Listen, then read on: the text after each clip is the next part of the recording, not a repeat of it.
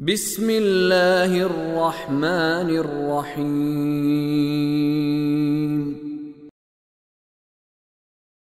وَذَرُوا ظَاهِرَ الْإِثْمِ وَبَاطِنَهُ إِنَّ الَّذِينَ يَكْسِبُونَ الْإِثْمَ سَيُجْزَوْنَ بِمَا كَانُوا يَقْتَرِفُونَ وَلَا تَأْكُلُوا مِمَّا لَمْ يُذْكَرِ اسْمُ اللَّهِ عَلَيْهِ وَإِنَّهُ لَفِسْقٌ وَإِنَّ الشَّيَاطِينَ لَيُوحُونَ إِلَىٰ أَوْلِيَائِهِمْ لِيُجَادِلُوكُمْ وَإِنْ أَطَعْتُمُوهُمْ إِنَّكُمْ لَمُشْرِكُونَ أَوَمَنْ كَانَ مَيْتًا فَأَحْيَيْنَاهُ وَجَعَلْنَا لَهُ نُورًا يَمْشِي بِهِ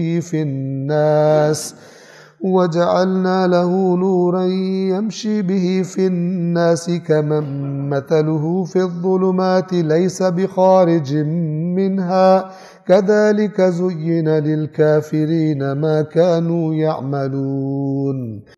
آیت نمبر 120 وَذَرُوا ظَاهِرَ الْإِثْمِ وَبَاطِنَهُ، اور چھوڑ دو، ترک کر دو ظاہر گناہوں کو بھی اور باطن گناہوں کو بھی۔ ظاہری گناہ جو نظر آتے ہیں، باطنی گناہ جو لوگ چھپ کے کرتے ہیں نظر بھی نہیں آتے، یا یہ کہ ظاہری گناہ کہ جو انسان ہاتھوں سے کرتا ہے، باطنی گناہ جو انسان اپنے اندر پلان کرتا ہے اور غلط کرتا ہے، ٹھیک ہے؟ تو مختلف طریقوں سے، لیکن اس کا معنی واضح ہے، یعنی گناہ چاہے ظاہر ہے چاہے چھپا ہوا ہے، دونوں طریقوں کے گناہ کو ترک کر دو۔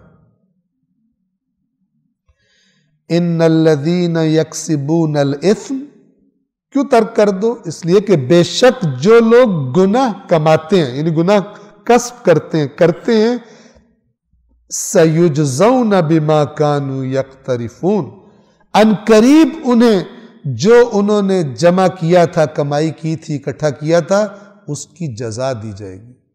عربی زبان میں جزا اچھی بری دونوں کے لیے استعمال ہوتا ہے، ہم اردو میں کہتے ہیں جزا، سزا کے مقابلے میں استعمال کر دیتے ہیں، عربی میں جزا دونوں، اچھے کی اچھی جزا، برے کی بری جزا۔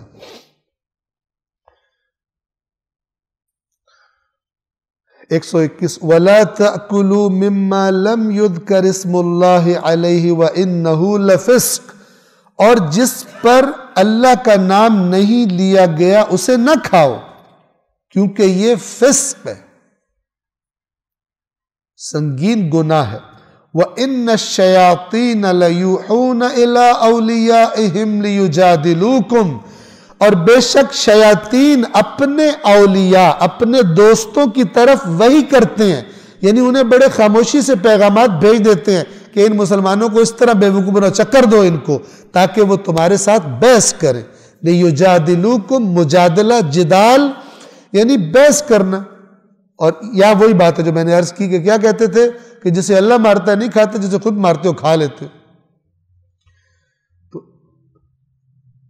تو اب کچھ مسلمانوں کو سمجھے کہ یوں ہوگا کہ یہ بھی کھایا جا سکتا ہے، تو اللہ تعالیٰ کہہ رہا ہے کہ جس پر اللہ کا نام نہیں لے گا اسے نہ کھاؤ، یہ فسق ہے۔ اور بے شک یہ جو باتیں تم سے کی جا رہی ہیں، شیاطین اپنے دوستوں کو وحی کرتے ہیں تاکہ تمہارے ساتھ بحث کریں۔ وَإِنْ أَطَعْتُمُوهُمْ إِنَّكُمْ لَمُشْرِكُونَ، اور اگر تم نے ان کی اطاعت کر لی تو تم مشرک ہو، یعنی یہ غیر اللہ کے نام پر چیز جو ہو اس کو کھانا، ٹھیک ہے، یہ کیا ہے؟ قرآن مجید کہہ رہا ہے یہ شرک۔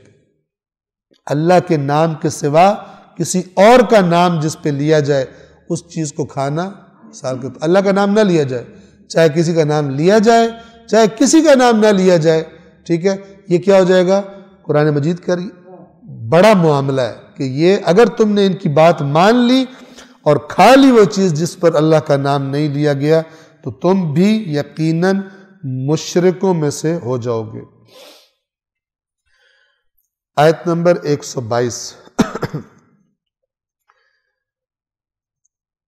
موت اور حیات، توجہ فرمائیے اس آیت کو بیان کرنے سے پہلے، موت اور حیات چند معانی میں استعمال ہوتے ہیں۔ ایک معنی تو بنیادی معنی ہے، بندے کی سانس رک گئی، اس کی روح نکل گئی، وہ مر گیا، اور جس کی سانس ہے، چل رہی ہے، روح موجود ہے، وہ زندہ ہے، ایک یہ معنی۔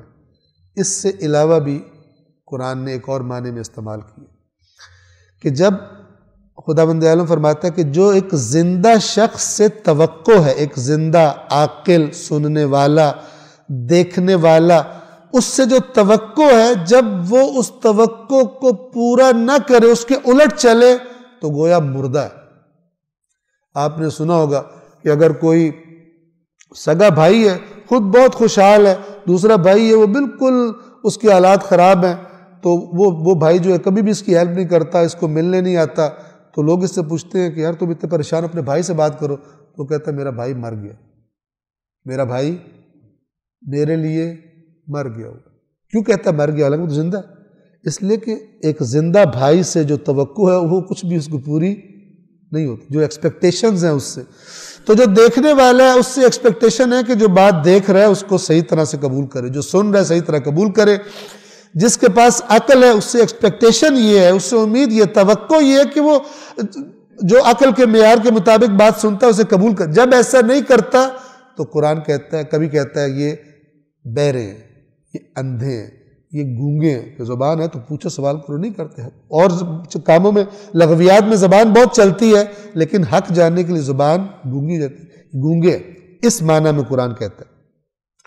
اور اسی طرح بعض کو کہتا ہے یہ تو مردے ہیں، جیسے اللہ نے فرمایا کہ ان اللہ یسمع من یشاء، بے شک اللہ جسے چاہتا ہے سنواتا ہے، وما انت بمسمع من فی القبور، اور اے رسول جو قبروں میں پڑے ہیں آپ ان کو نہیں سنا سکتے۔ یہاں قبروں میں پڑے ہوئے سے مراد مردے نہیں ہیں، یعنی یہ جو زندہ چل پھر رہے ہیں یہ ایسے ہی جیسے قبروں میں پڑے ہوئے، جیسے قبر میں پڑا ہوا بندہ رسپانس نہیں دیتا، رسپونڈ نہیں کرتا، یہ بھی ایسے ہی۔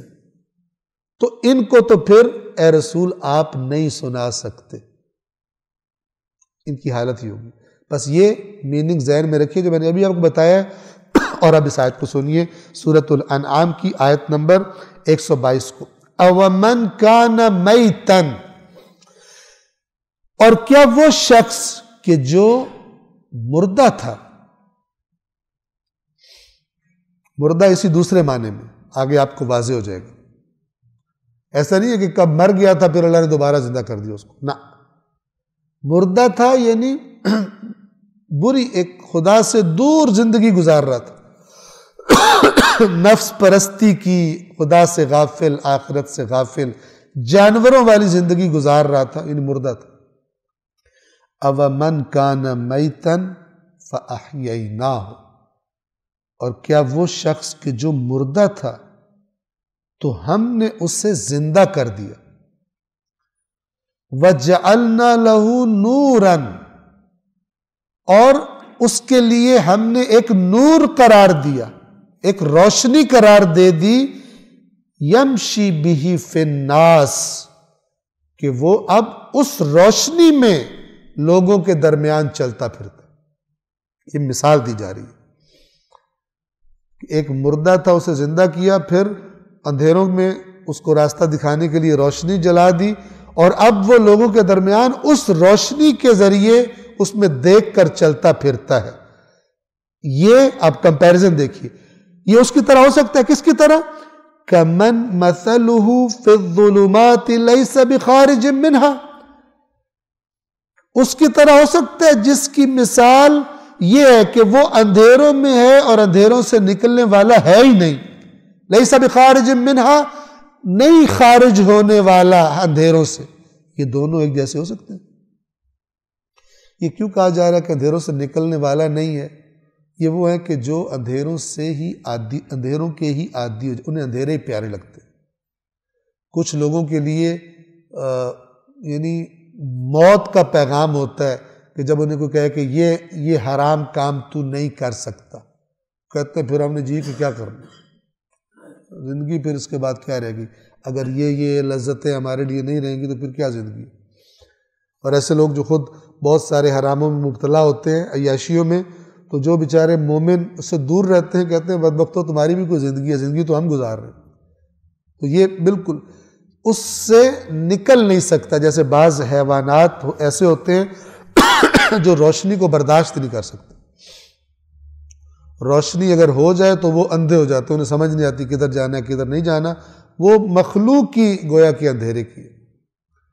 تو یہ اللہ تعالیٰ ان کے بارے میں بیان فرمایا کہ بھلا وہ کہ جو تھا ایسا، پھر ہم نے اسے زندہ کر دیا، مردہ تھا زندہ کر دیا، پھر اسے ایک روشنی قرار دی. یہ روشنی سے مراد ہدایت کی روشنی ہے، دین کی روشنی ہے، قرآن کی روشنی ہے، حقائق کی روشنی ہے، ہدایت کی روشنی ہے کہ اب اس میں چلتا پھرتا اسے پرواہ نہیں زیادہ لوگ کدھر جا رہے ہیں تو کم کدھر جا رہے ہیں.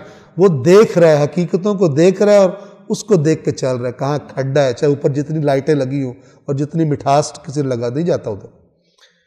تو یہ اس کی طرح ہو سکتا ہے جو اندھیروں میں ہے اور وہاں سے نکل سکنے کا نہیں، چونکہ اندھیرے پیارے لگتے، عادت ہو گئی ہے. الفاظ دیکھیے، كَذَلِكَ زُيِّنَ لِلْكَافِرِينَ مَا كَانُوا يَعْمَلُونَ. اور اس طرح کافرین کے لیے، یعنی جان بوجھ کے بات نہ ماننے والوں کے لیے خوبصورت بنا دیا گیا ہے جو وہ عمل کرتے ہیں. یعنی وہ عمل غلط ہے لیکن ان کو بہت پیارا لگتا ہے. اس عمل کے نتیجے میں کتنی بڑی سزا ہے، کیا نتیجہ نکلے گا، اس کی توجہ ہی نہیں. اس کو صرف وہ لذت جو ہے اس وقت کی وہ اتنی پیاری لگتی ہے کہ اسے اس کام جیسا کام لگتا ہی کوئی نہیں. اس کی اگر آپ دنیا آخرت کے کو سمجھنے کے لیے اگر آپ مثال دیکھیں کہ انجام کی پرواہ نہیں ہوئی لیکن کام چونکہ مزہ بہت آتا ہے وہ کام بار بار کرتا ہے، وہ یہ نشئی لوگ ہوتے ہیں، یہ جو نارکوٹکس استعمال کرتے ہیں. ان کو تقریباً بھول گئے ہوتے ہیں لیکن ہوتا پتہ ہے ان کو، بھول جاتے ہیں یا بھولنے کی ایکٹنگ کرتے ہیں یا یاد کرنا ہی نہیں چاہتے کہ اس منشیات کے استعمال کا انجام کیا ہونا. لیکن جب اس کو وہ استعمال کرتے ہیں تو وہ لذت ایسی ہوتی ہے کہ کہتے ہیں کہ بھائی کوئی نہیں. وہ کسی نے کہا کہ تم جو سگریٹ پیو گے تو مر جاؤ گے، تو وہ کہتا ہے میں زندہ ہی سگریٹ پینے کے لیے ہوں. ٹھیک ہے نا، مرتا ہوں تو میں مر جاؤں. اور ایک سے کسی نے کہا کہ اگر آپ سگریٹ پئیں گے تو سگریٹ جان لے کہ سگریٹ آہستہ آہستہ موت کی طرف لے جاتا ہے. تو اس نے ایک زور کا کش لگا کے کہا مجھے بھی جلدی کوئی نہیں، آہستہ آہستہ موت کی طرف لے جاتا ہے، مجھے بھی جلدی کوئی نہیں ہے. تو بہرحال یہ سارے جملے جو ہیں یہ وہی ہے کہ ان کے لیے اپنا کام خوبصورت بنا دیا گیا ہے غلط لیکن اپنے کام کو جسٹیفائی کرنے میں ماسٹر ہے. كَذَلِكَ زُيِّنَ لِلْكَافِرِينَ مَا كَانُوا يَعْمَلُونَ. اور اس طرح کفار کے لیے مزین کر دیا گیا ہے جو کفار یعنی جان بوجھ کے بات نہ ماننے والے، اس مزاج والے لوگ جو وہ عمل کرتے ہیں. ایک مرتبہ پھر صلوات پڑھیں محمد وعلی محمد.